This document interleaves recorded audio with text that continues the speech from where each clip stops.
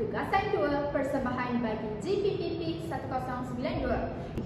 Pengenalannya, saya akan menerangkan tentang aspirasi dan hala tuju, pendidikan serta implikasinya dalam membangunkan guru berjiwa pendidik. Pengenalan bagi pembentangan saya pada hari ini adalah saya akan membentangkan tentang aspirasi dan hala tuju pendidikan serta implikasinya dalam membangunkan guru berjiwa pendidik. Merujuk kepada anjakan 4, profession mentransformasikan profession keguruan menjadi profession pilihan dalam PPPM 2013 sehingga 2025. Profession keguruan adalah tunjang utama sistem pendidikan dan menjadi pilihan utama insan berkualiti bagi memastikan profession ini dihormati dan menjadi pilihan utama. Hanya graduan terbaik dipilih menerima latihan profesional yang komprehensif serta menikmati laluan kerjaya berasaskan prestasi dan kompetensi. Aspirasi ini selari dengan hala tuju pendidikan negara yang menekankan kualiti guru dalam meningkatkan keberhasilan murid. Anjakan 4 juga menyokong usaha tersebut serta impaknya dalam melahirkan guru berkemahiran tinggi, berjiwa pendidik dan berintegriti. Aspirasi dan hala tuju pendidikan. Yang pertama adalah Standard Kualiti Pendidikan Malaysia SKPM, di mana SKPM ini menekankan garis panduan untuk memastikan kualiti pendidikan di Malaysia sentiasa relevan dan memenuhi piawaian antarabangsa. Yang kedua adalah SKPM 2025 merangkumi 5 standard utama termasuklah kepimpinan sekolah, pengajaran dan pembelajaran serta pembangunan sasiah murid. Seterusnya adalah Pelan Pembangunan Pendidikan Malaysia PPPM 2013 sehingga 2025, di mana PPM bertujuan untuk mentransformasikan sistem pendidikan Malaysia agar lebih berdaya saing di peringkat global. Yang kedua adalah berasaskan kajian mendalam terhadap sistem pendidikan negara dan penanda aras antarabangsa. Yang ketiga, saya akan menerangkan salah satu anjakan utama dalam mentransformasikan sistem pendidikan negara, iaitu anjakan 4, mentransformasikan profession keguruan sebagai profession pilihan. Fokus transformasi anjakan 4 ini adalah untuk mengetatkan syarat kemasukan guru. Bermula tahun 2013, hanya graduan daripada 30% ke atas yang layak memasuki profession keguruan bagi memastikan individu berkualiti tinggi mampu menjadi pendidik. Yang kedua adalah merombak Institut Pendidikan Guru IPG. IPG dinaik taraf setanding dengan standard bertaraf dunia menjelang 2020, meningkatkan kualiti latihan dan kurikulum bagi memastikan guru pelatih menerima pendidikan terbaik. Yang ketiga adalah meningkatkan kualiti program pembangunan profesional berterusan iaitu CPD, di mana sejak 2013 program CPD ditingkatkan kualitinya bagi memastikan guru berkembang secara profesional dan mengikuti perkembangan pendidikan terkini. Yang keempat pula ialah memastikan guru memberikan tumpuan kepada fungsi teras pengajaran. Dan langkah-langkah ini diambil untuk mengurangkan beban tugas pentadbiran guru supaya mereka dapat menumpukan perhatian kepada pengajaran dan pembelajaran. Yang terakhir adalah melaksanakan laluan kerjaya berasaskan kompetensi dan prestasi, di mana menjelang 2016, laluan kerjaya guru diperkenalkan berdasarkan kompetensi dan prestasi. Hal ini bertujuan untuk memberikan peluang perkembangan kerjaya berdasarkan merit dan pencapaian. Saya akan meneruskan lagi dengan menerangkan tentang 5 aspirasi sistem pendidikan negara. Yang pertama adalah akses, di mana semua murid mendapat peluang pendidikan berkualiti daripada prasekolah sehingga sekolah menengah.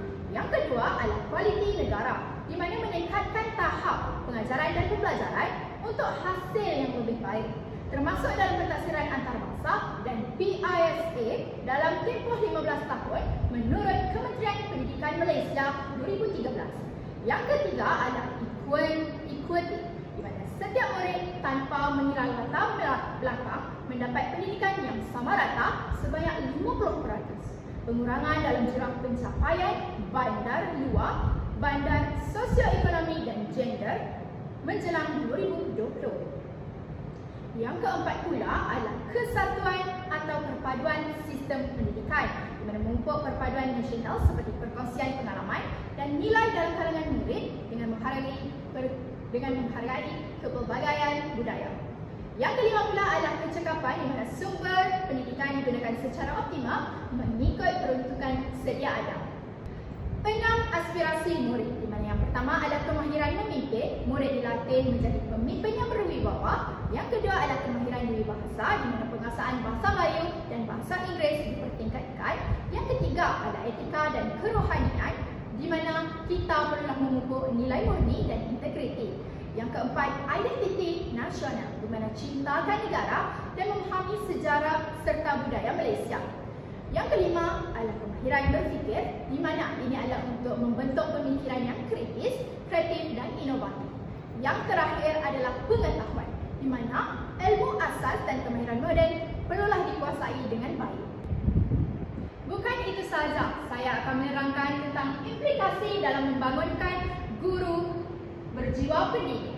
Di mana yang pertama, ia dapat meningkatkan profesionalisme guru melalui latihan berterusan yang merangkumi jasmani, emosi, rohani dan intelek. Yang kedua, menjadikan profesi keguruan lebih menarik dengan peluang kenaikan pangkat berdasarkan prestasi.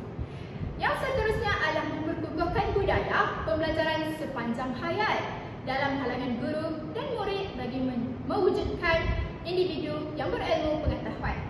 Bukan itu sahaja, tetapi penerapan nilai murni dapat melahirkan generasi yang berakhlak mulia seperti menurut Muhammad Khairi Othman 2019. Mereka akan ingat cara guru menerapkan ilmu pengetahuan, budaya dan semangat ketahanan, nilai-nilai murni dan jati diri sehingga sebati dalam jiwa sepanjang hayat mereka. Guru berjiwa pendidik. Sasya guru cemerlang, di mana sasya guru merangkumi nilai, etika, personality yang mencerminkan profesionalisme seorang pendidik. Guru yang cemerlang bukan sahaja memiliki pengetahuan yang luas, tetapi menunjukkan contoh teladan yang baik kepada murid. Aspek sasya ini melibatkan pelbagai bidang pengajian profesional, etika keguruan, budaya kerja serta implikasinya terhadap profesi keguruan. Seorang guru bukan sekadar penyampai ilmu, tetapi juga pembimbing dan contoh kepada murid. Kepribadian guru yang tinggi membentuk murid yang cemerlang. Bidang pengajian profesionalisme, ilmu asas yang perlu dikuasai oleh seorang guru untuk memahami sistem pendidikan dan peranannya sebagai pendidik yang berkesan, di mana perlulah adanya sejarah pendidikan, memahami perkembangan pendidikan di Malaysia untuk memperbaiki sistem semasa. Yang kedua adalah falsafah pendidikan, di mana mengukuhkan nilai pendidikan dalam kalangan guru. Ini adalah meliputi aspek pemikiran dan prinsip yang membentuk pendidikan negara seperti falsafah pendidikan kebangsaan FPK yang menekankan kepada perkembangan insan secara holistik. Seterusnya adalah psikologi pendidikan, di mana memahami keperluan gaya pembelajaran, teori-teori motivasi dan perkembangan kognitif murid bagi meningkatkan kualiti proses pengajaran menjadi lebih efektif. Bukan itu sahaja, tetapi adanya definisi psikologi menurut Barrett 1989, sains yang mengkaji tingkah laku dan proses-proses mental manusia. Ini adalah bertujuan untuk memastikan kita dapat melahirkan guru berjiwa pendidik. Bukan itu sahaja yang saya perlu tekankan, tetapi adalah etika keguruan yang perlu dititikberatkan, di mana guru mestilah mematuhi kod etika keguruan yang menggariskan tanggungjawab terhadap pelajar, rakan sekerja, ibu bapa, masyarakat dan negara.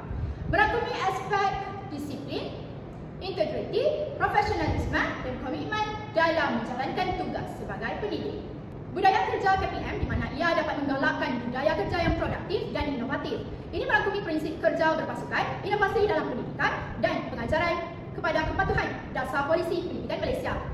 Implikasi kepada sasya guru cemerlang adalah untuk membentuk guru yang bukan sahaja berkualiti dalam akademik tetapi memiliki kepribadian yang unggul. Seterusnya adalah meningkatkan keyakinan diri dan daya kepimpinan guru dalam melaksanakan tugas. Menjadikan guru sebagai ejen perubahan dalam membina masyarakat berilmu dan berakhlak mulia. Ini dapat memberikan impak positif kepada pembangunan murid dan sistem pendidikan secara holistik. Melalui model etika kerja guru, guru berperanan sebagai role model dapat dijadikan teladan yang terbaik dalam melaksanakan tanggungjawab. Dengan ini, guru-guru dapat melahirkan murid yang mampu berdaya saing dan benar-benar berkualiti. Bak kata bidalan, kalau guru kencing berdiri, anak murid akan kencing berlari. Merupakan satu ungkapan tepat bagi menyimpulkan keseluruhan video ini. Oleh itu, aspirasi dan halal tuju pendidikan serta implikasinya bertujuan untuk membangunkan, melahirkan guru yang cemerlang dalam ilmu dan berakhlak tinggi. Sekian, itu sahaja daripada saya.